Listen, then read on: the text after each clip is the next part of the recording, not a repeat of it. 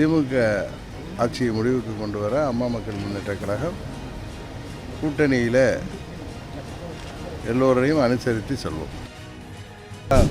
எல்லாம் தெரிந்தவர்கள் போல நிறைய பேர் பேசி வருவாங்க. அனைவருமே அம்மாவின் தொண்டர்கள் அனைவரும் ஓர் அணியில் இணைந்து திமுகவை வீழ்த்த வேண்டும் என்று விருப்பப்பட்டது தான் நடந்து வருகிறது.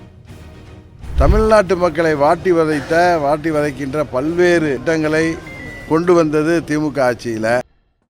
எப்படி இருக்கும் உங்களுக்கு நல்லா தெரியும். கடந்த ஒரு வருடமாக நான் சொல்லிட்டு வரேன், திமுகங்கிற அந்த தீயசக்தி கூட்டணியை வீழ்த்தணும்னா தேசிய ஜனநாயக கூட்டணி இன்னும் பலப்பெறணும். அதுக்காக அம்மாவின் தொண்டர்கள் எந்த கட்சியில் இருந்தாலும் எல்லாரும் ஓர் அணியில் இணைந்து தேசிய ஜனநாயக கூட்டணிக்கு வலு சேர்க்கணும்னு சொன்னேன்.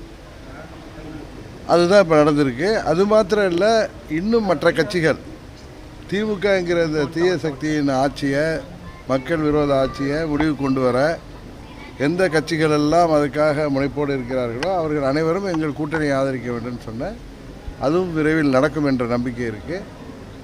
தேர்தல் நேரத்தில்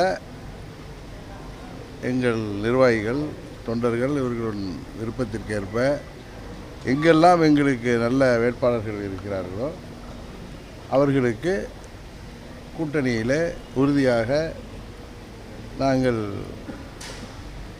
தேவையான இடங்களை பெற்று திமுக ஆட்சியை முடிவுக்கு கொண்டு வர அம்மா மக்கள் முன்னேற்ற கழகம் கூட்டணியில் எல்லோரையும் அனுசரித்து செல்வோம். பெண்களை பற்றியும் மதத்தை பற்றியும் அவதூறாக பேசுனதுனால அவர் மீது நம்பிக்கையில்லா தீர்மானம் கொண்டு வரணும்னு நீங்கள் நயினார் நாகேந்திரன் பொன்முடி மேலே ஆளுநரை சந்தித்து ஒரு சட்டமன்றத்தில் தீர்மானம் கொண்டு வர கொடுத்துருக்காரு.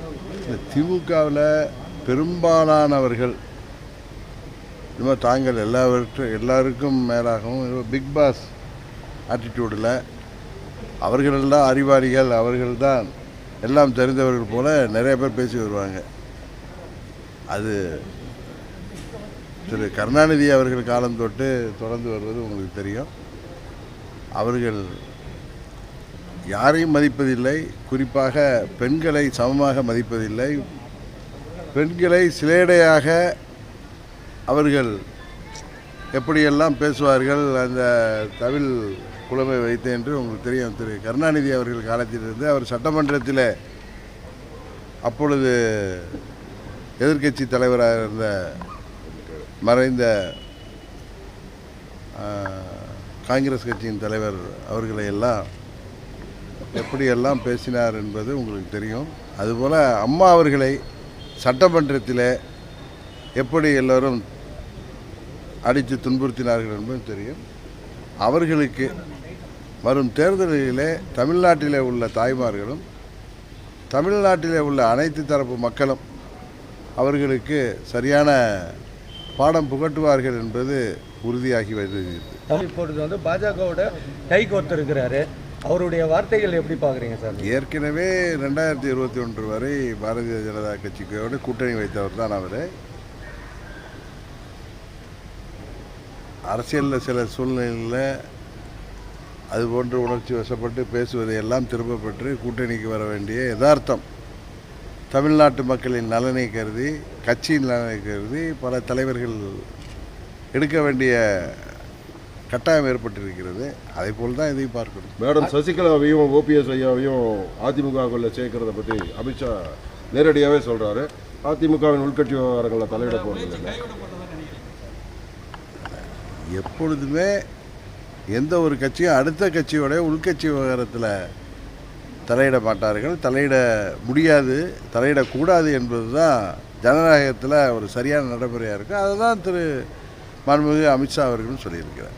அண்ணாமலையினுடைய மாற்றமோ திரு பன்னீர்செல்வம் அவர்கள் ஏற்கனவே 24 தேர்தலில், பாராளுமன்ற தேர்தலில் மோடி அவர்கள் வெற்றி பெற வேண்டும், மோடி அவர்கள் மீண்டும் பிரதமராவது அவசியம் என்பதற்காக அந்த கூட்டணியில் இருப்பவர். அதனால் திரு அமித்ஷா அவர்கள் பன்னீர்செல்வம் அவர்களை கைவிட்டு விட்டார் என்று யாராவது பொருள்பட நினைத்தால் அது நயினார் நாகேந்திரன் அவர்கள் கிளியராக அதுக்கு பதில் சொல்லியிருக்கார். தமிழ்நாடு பாரதிய ஜனதா கட்சியின் தலைவர் நண்பர் நயினார் நாகேந்திரன் உங்கள் கேள்விகளுக்கெல்லாம் பதில் சொல்லிட்டார். நீங்கள்லாம் தேர்தல் நேரத்தில் அதெல்லாம் கேட்க வேண்டிய கேள்வியெல்லாம் இந்த நேரத்தில் கேட்குறீங்க. இன்னும் உங்க அண்ணாமலையினுடைய மாற்றமோ நயினார் நாகேந்திரனுடைய புது நியமனமோ தமிழக பாஜக அரசியல் வட்டாரத்தில் நீங்கள் கூட்டணியில் இருக்கிறதுனால எந்த அளவுக்கு அது வந்து வெற்றி அடைகின்ற மாதிரி? இல்லை அதாவது பொதுவாக கடந்த 3 ஆண்டுகளில் நண்பர் அண்ணாமலை அவர்களின் செயல்பாடு மிகவும் சிறப்பாக இருந்தது. திமுகவிற்கு சிம்ம சொப்பனமாக விளங்கினார்.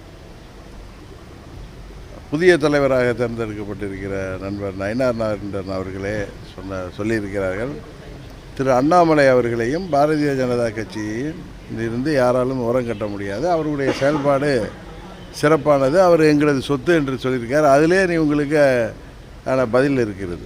பதவியிலிருந்து நீக்கிறதுக்கு அப்புறம் உடனடியாக ஆன்மீக பயணம் மேற்கொண்டிருக்காரு அண்ணாமலை.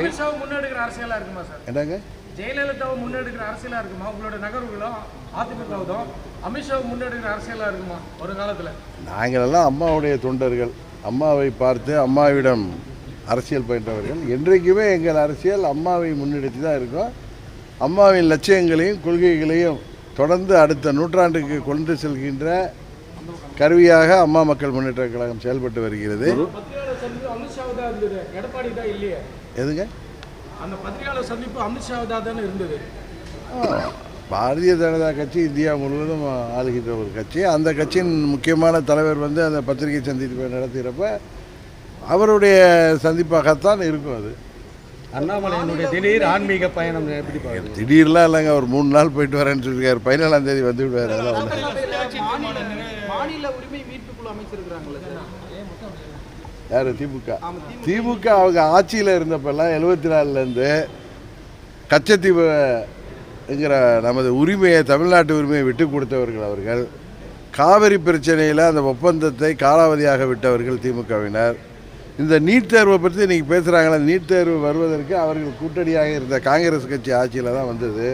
அதுபோல் தமிழ்நாட்டு மக்களை வாட்டி வதைக்கின்ற பல்வேறு திட்டங்கள், மீத்தேன், ஈத்தேன் போன்ற திட்டங்களை கொண்டு வந்தது திமுக ஆட்சியில். இதெல்லாம் இன்றைக்கு மக்கள் இந்த ஆட்சி மேலே மிகவும் கோபமான மனநிலையில் இருக்கிறதுனால அதையெல்லாம் திசை திருப்புவதற்காகவும் தேசிய ஜனநாயக கூட்டணி தினம் தினம் பலப்பட்டு வருவதாலும் பயத்தில் அவர் சட்டமன்றத்தில் இது போன்ற தீர்மானங்களை நிறைவேற்றி வருகிறார் என்பது தான் உண்மை. அவரே தான் நேற்று பதில் சொல்லியிருக்காரு. நான் அதே போல் எதுவும் இருப்பதா தெரியல தான் தெரியுது அவருடைய பதில் வந்து. எடப்பாடி கட்சியில் இணைக்கிறதுக்காக அவரே பூது விட்டாருன்னா போவீங்களா? அதுக்கான வாய்ப்பு இது மாதிரி உங்களுடைய கற்பனைக்கெல்லாம் நான் வந்து பதில் சொல்ல விரும்புகிறேன். எல்லாமே கற்பனையான விஷயங்கள் தானே நிஜமாக நடந்துகிட்டு இருக்கு. இல்லை இதெல்லாம் நீண்ட நாட்களாக இல்லை எது கற்பனையான விஷயம்லாம் இல்லை. ஒரு கட்சி கூட்டணியிலேருந்து விலகிய கட்சி மீண்டும் கூட்டணிக்கு வருவது அது அந்த தொண்டர்கள் விருப்பப்பட்டது. தமிழ்நாட்டு மக்கள் அனைவருமே அம்மாவின் தொண்டர்கள் அனைவரும் ஓர் அணியில் இணைந்து திமுகவை வீழ்த்த வேண்டும் என்று விருப்பப்பட்டது தான் நடந்து வருது. தவிர உங்களுக்கு வேண்டுமானால் கற்பனையாக இருக்கும். நீங்கள் இப்போ கேட்ட கேள்வியை தான் நான் கற்பனை, இது போன்ற அனுமானங்களுக்கெல்லாம் நான் பதில் சொல்ல முடியாது. துரோகி எடப்பாடி கையில் அதிமுக இருக்கிற வரைக்கும் அது வீழ்ச்சி அடையும்னு சொல்லிட்டு நீங்களே ஒரு பேட்டியில் சொல்லியிருந்தீங்க. ஆமாம், இப்போது தற்போதைய இப்போ அவர் வந்து அந்த கட்சி அழிந்து விடாமல் காப்பாற்றுகின்ற முயற்சியாக இன்றைக்கு தேசிய ஜனநாயக கூட்டணியில் வந்திருக்காரு. அதையும் நம்ம ஸ்பேட் இஸ் ஸ்பேட்னு தானே சொல்ல முடியும்.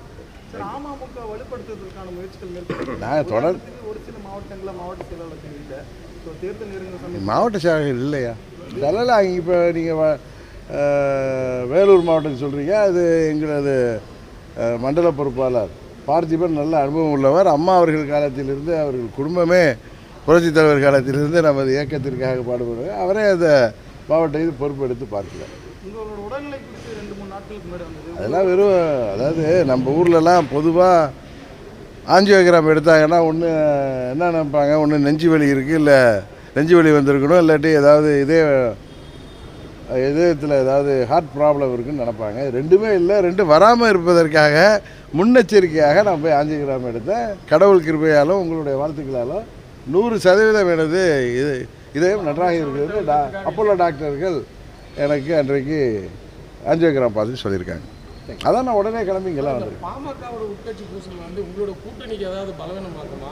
இல்லை, அது அவர்களுக்குள்ளார அது திரு அன்புமணி அவர்கள் தான் இன்றைக்கி வெளிப்படையாக பேட்டியிலே சொல்லியிருக்காங்களே, நாங்கள் எங்கள் கட்சி பிரச்சனை நாங்களே பேசி தீர்த்துக்குவோன்னு. இது மாதிரி ஒரு கட்சியில் இது மாதிரி சில சமயங்களில் சில சலசலப்புகள் வரும், அதை அவர்களே பேசி அதை கட்சியின் நலன் கருதி அவர்கள் தமிழ்நாட்டு நலன் கருதி அவர்கள் அவரை அதை சரி செய்வார்கள். இதுபோன்ற செய்திகளை மேலும் தெரிந்து கொள்ள எங்களது யூடியூப், ஃபேஸ்புக் மற்றும் ட்விட்டர் ஆப்களை சப்ஸ்கிரைப் செய்யவும்.